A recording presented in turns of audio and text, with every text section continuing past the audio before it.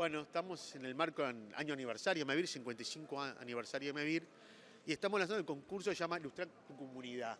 Justamente queremos participar los niños de las escuelas rurales de todo el país en la celebración de MEVIR, construyendo comunidad sustentable, de la sustentabilidad ambiental, económica y social. Es algo que ya se venía haciendo en MEVIR. Gallinar, nuestro fundador, antes de construir viviendas, arrancó construyendo escuelas rurales. Ese vínculo de la política social de ruralidad que se une entre MEVIR y las escuelas rurales en el interior del país. Justamente una política de descentralización verdadera.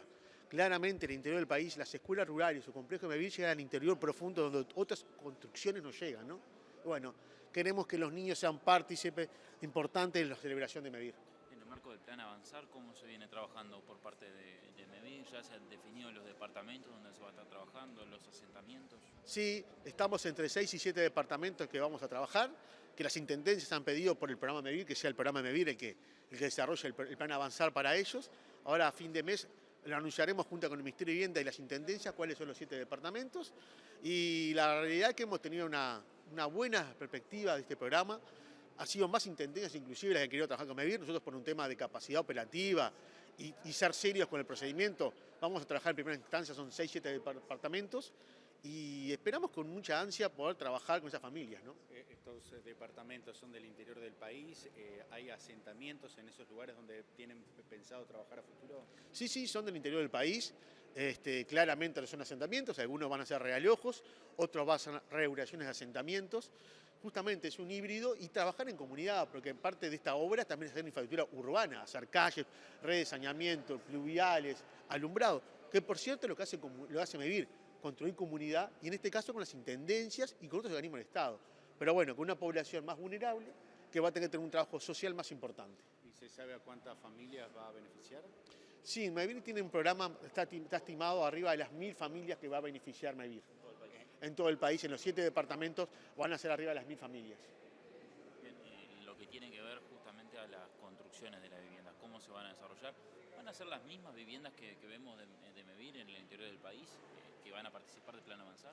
Vamos a usar distintas técnicas, vamos a usar desde el ladrillo tradicional, dependiendo el material que tengamos disponible, por ejemplo, en Río Negro, posiblemente trabajemos en un asentamiento que se llama ladrilleros. Bueno, vamos a estar con el ladrillo.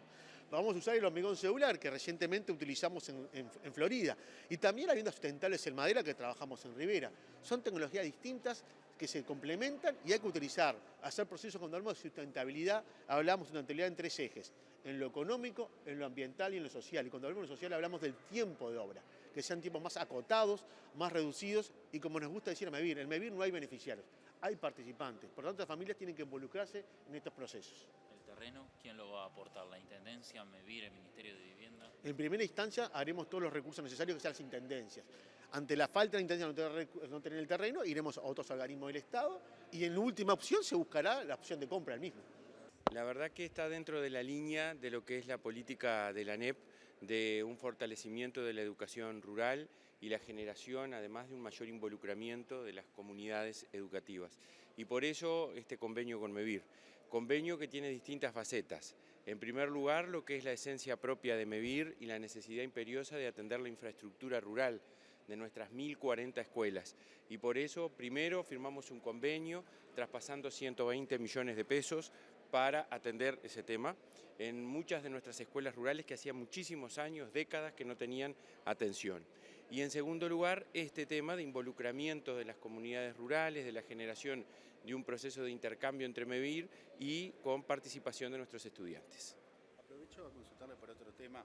Ayer la Comisión Investigadora sobre Licencias Sindicales decidió elevar las conclusiones, entre otros organismos, al CODICEM. ¿Cuáles son los pasos a seguir?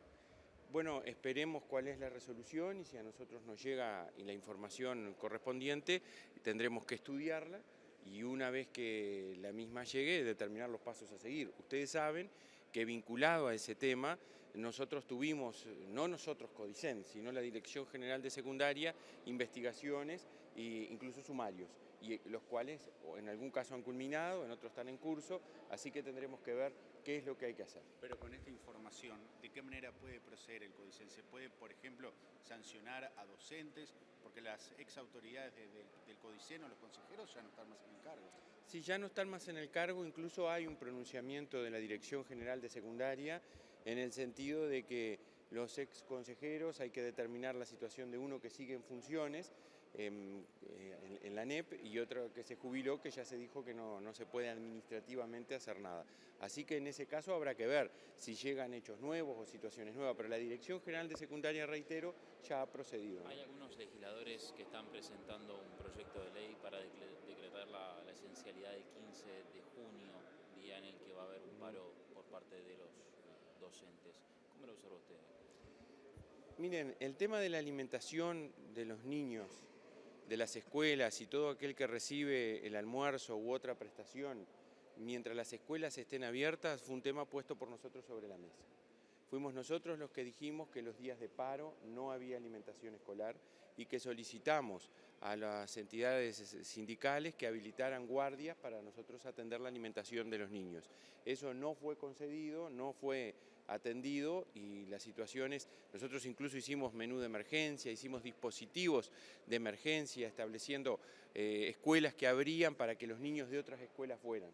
Yo creo que la alimentación es un tema prioritario mientras las escuelas están abiertas, ha sido una tradición y bueno, esperemos a ver qué curso de acción se lleva adelante porque este tema no está dentro de la competencia de la ANEP.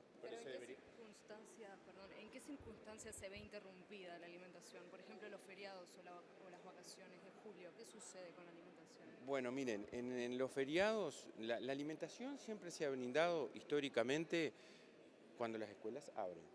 Cuando las escuelas no abren, por ejemplo en julio hay una alimentación de emergencia históricamente.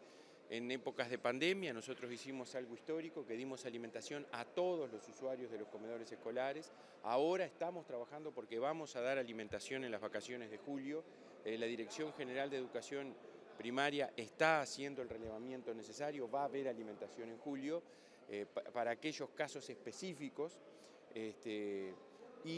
Para los casos en los cuales las escuelas no funcionan, por ejemplo en el mes de enero nosotros tenemos los veranos educativos en donde abrimos las escuelas y se brinda el servicio. O sea que para el 15 no está asegurada la alimentación. Nosotros, las escuelas que abren, que son la enorme mayoría, tienen el servicio y nosotros habilitamos menú de emergencia. Nosotros apelamos al buen criterio de las organizaciones sindicales para habilitarnos, abrir los comedores en las escuelas que lamentablemente cierran, que son pocas, pero hay algunas que cierran, y en ese caso nosotros nos haríamos cargo de llevar la alimentación para que los niños no pierdan la misma. Silva, ¿se ha podido adelantar algo? ¿Se ha podido trabajar con el Ministerio del Interior ante los casos de violencia que se han registrado en algunos centros educativos? Bueno, ¿se ha podido avanzar con el Ministerio? Estamos trabajando articuladamente con el Ministerio del Interior.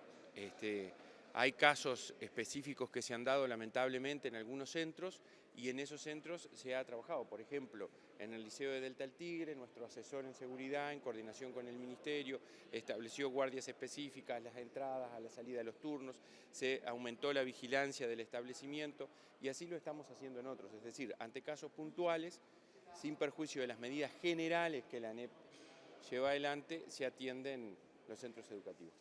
Casos puntuales, no previniendo situaciones. Sí, nosotros obviamente que prevenimos, tenemos un plan de convivencia que estamos ejecutando, tenemos un sistema de vigilancia. Fíjense que la ANEP, el otro día pedí un relevamiento, la ANEP invierte 691, en el torno de 700 millones de pesos por año en seguridad, ya sea privada, que están presentes en los establecimientos, que hacen rondas o el servicio llamado 222 del Ministerio del Interior. Es muchísimos recursos que invertimos, además de tener planes específicos vinculados a la seguridad y trabajar coordinadamente con el Ministerio del Interior y con las seccionales específicamente. Es decir, hay un trabajo. Lo que pasa es que también acá hay que llevar adelante una actuación coordinada con el Ministerio del Interior. Es decir, el tema de seguridad fuera del centro educativo corresponde al Ministerio del Interior articuladamente y nosotros también desde la ANEP generar conciencia de la importancia de trabajar con las comunidades esos temas, porque muchas veces lamentablemente los que agreden a los centros educativos son, cuando hablamos de robos específicamente, son exalumnos. Entonces nosotros tenemos que trabajar para generar conciencia que un establecimiento educativo es de toda la comunidad, pertenece a todos. Y no es necesario, ojalá lleguemos a ese momento, poner guardia porque lo cuidamos entre todos, como nos pasa en algunos lugares. En algunos lugares nos pasa eso. La comunidad está tan comprometida con su centro educativo que ayuda a preservarlo y a mantenerlo.